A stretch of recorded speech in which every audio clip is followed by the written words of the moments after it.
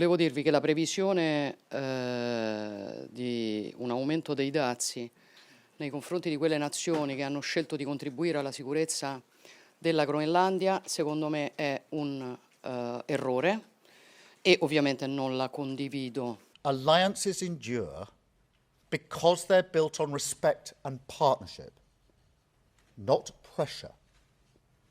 That is why I said the use of tariffs against allies is completely wrong.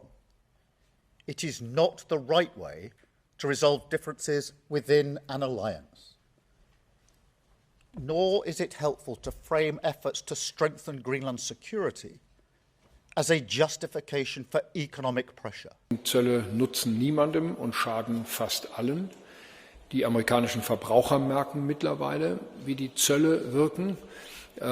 Die Wirtschaft in Amerika läuft nicht so gut, wie sich die amerikanische Regierung das auch vor einem Jahr vorgestellt hat. Das hat auch nach meiner Einschätzung etwas mit der Zollpolitik zu tun.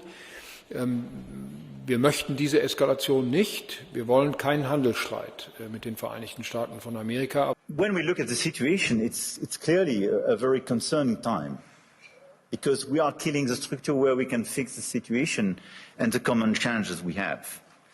Without collective governance, cooperation gives way to relentless competition.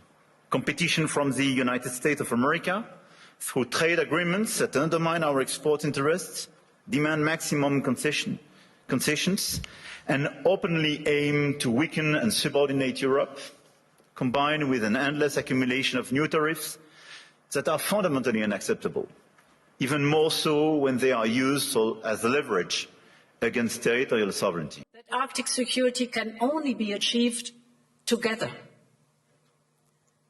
And this is why the proposed additional tariffs are a mistake, especially between long-standing allies. Og der er det jo rigtig, rigtig vigtigt, at alle os, der tror på international retsorden, får sagt fra. Altså for at vise Trump, at den her vej kan du ikke komme længere nedad. Altså glem det. Altså vi lever i 2026, man kan handle mellem mennesker, men man kan ikke handle med mennesker. Og den regel står, så glem den vej. Let me be direct. We are in the midst of a rupture, not a transition. Over the past 2 decades, a series of crises in finance, health, energy, and geopolitics have laid bare the risks of extreme global integration.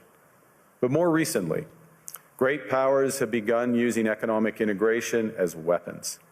Tariffs as leverage, financial infrastructure as coercion, supply chains as vulnerabilities to be exploited. You cannot live within the lie of mutual benefit through integration when integration becomes the source of your subordination.